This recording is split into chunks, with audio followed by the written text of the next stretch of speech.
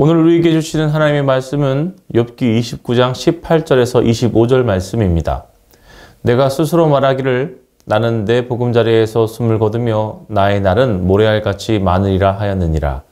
내 뿌리는 물로 뻗어나가고 이슬이 내 가지에서 밤을 지내고 갈 것이며 내 영광은 내게 새로워지고 내 손에서 내 화살이 끊이지 않았노라. 무리는 내 말을 듣고 희망을 걸으며 내가 가르칠 때에 잠잠하였노라. 내가 말한 후에는 그들이 말을 거듭하지 못하였나니 나의 말이 그들에게 스며들었음이라. 그들은 비를 기다리듯 나를 기다렸으며 봄비를 맞이하듯 입을 벌렸느니라. 그들이 의지 없을 때에 내가 미수하면 그들이 나의 얼굴빛을 무색하게 하였느니라.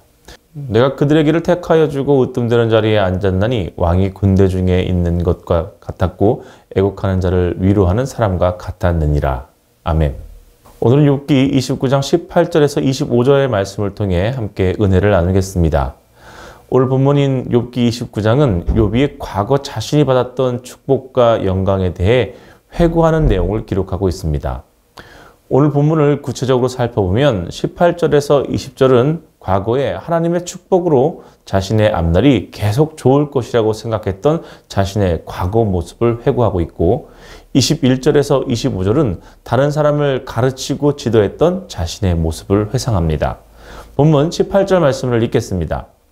내가 스스로 말하기를 나는 내 보금자리에서 숨을 거두며 나의 날은 모래알같이 많으리라 하였느니라. 아멘. 18절에서 20절을 보면 욥은 자신이 형통했던 날을 회고하며 자신은 하나님의 은혜 가운데 가족들의 품 안에서 편안해 죽을 것이며 오래도록 장수하는 삶을 살게 될 것임을 장담하였습니다. 또한 자신의 삶이 점점 더 풍성케 되고 하나님의 은혜와 보호 속에서 풍성한 삶을 오래도록 살게 될 것이라고 장담했습니다. 이처럼 욥은 고난당하기 전까지 자신의 삶은 항상 형통할 것이라고 자신했고 욥의 삶을 알고 있던 모든 사람들도 욥은 당연히 그런 삶을 살 것이라고 인정했었습니다.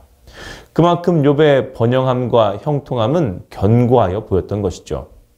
그러나 욥이 평생을 통해 이루었던 그 많은 재산과 명예가 사라지는 데는 불과 며칠도 걸리지 않았습니다. 이러한 욥의 모습은 우리에게도 많은 교훈을 줍니다. 그것은 바로 자신의 미래를 섣부르게 판단하거나 단정해서는 안 된다는 것입니다. 인간은 그 어느 누구도 자신의 미래를 정확히 알 수 없습니다. 그렇기에 인간은 항상 미래에 대해 두려움과 불안을 가지고 살아가게 됩니다. 그래서 그 불안을 떨치고자 점을 보거나 자신에 대한 예언을 찾아 듣고 싶어 합니다. 아니면 과학을 이용하여 통계를 내고 확률을 계산하여 미래를 예측해 보려고 부단히 애를 쓰기도 합니다. 이 모든 것이 자신의 내면 안에 있는 두려움과 불안을 떨쳐버리고 싶기 때문에 하는 행동인 것이죠. 하지만 그 어떤 것으로도 우리의 미래를 정확하게 예측할 수는 없습니다. 그래서 성경은 잠언 27장 1절에 너는 내일을 자랑하지 말라. 하루 동안에 무슨 일이 일어날지를 내가 알 수 없음이라 라고 말씀합니다.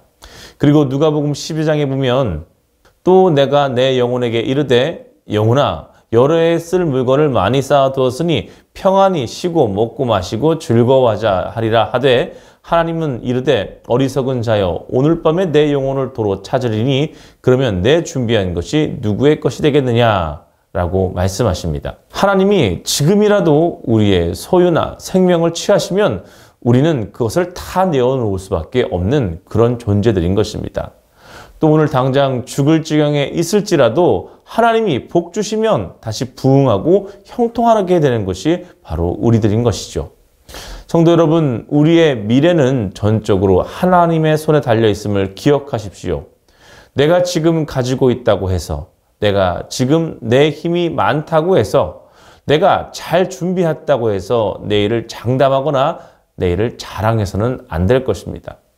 또한 반대로 현재의 내 삶이 고달프고 힘들다 해도 내일도 똑같을 것이라고 비관하거나 낙담하지도 마십시오.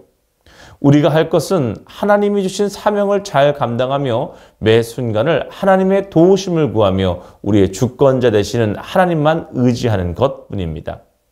우리가 이처럼 하나님만 의지하며 나아갈 때에 우리의 모든 것을 주관하시는 하나님께서 우리를 하나님의 뜻 가운데 인도하시며 하나님의 섭리 가운데 사용하여 주실 것입니다.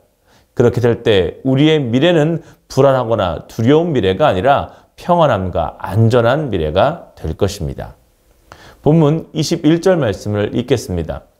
무리는 내 말을 듣고 희망을 걸었으며 내가 가르칠 때에 잠잠하였노라. 아멘.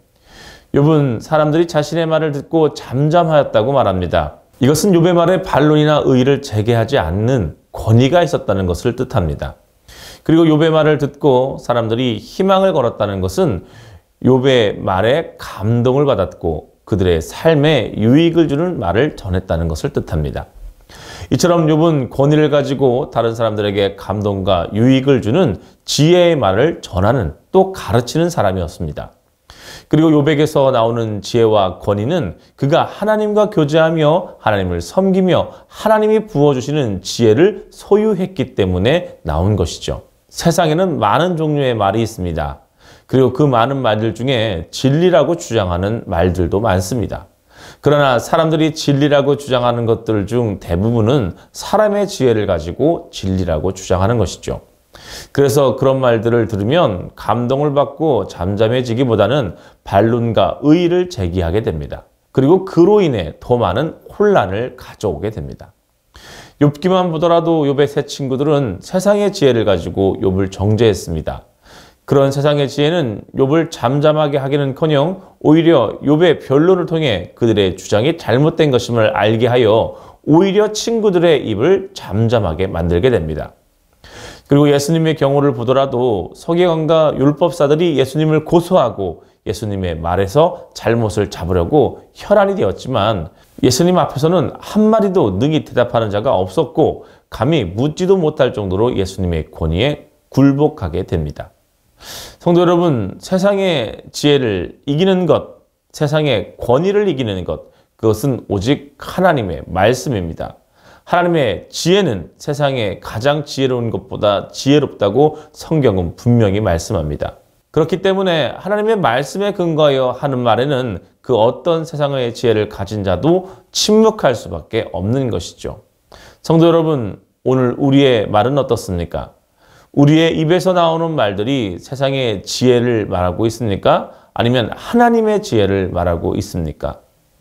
간절히 바라기는 우리의 입에서 나오는 말이 하나님의 지혜의 말이 되길 간절히 소망합니다.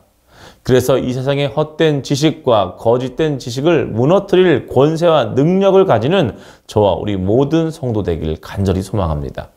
오늘 이 하루도 하나님이 주신 지혜로 세상을 승리하는 저와 모든 성도 되길 주님의 이름으로 축원합니다.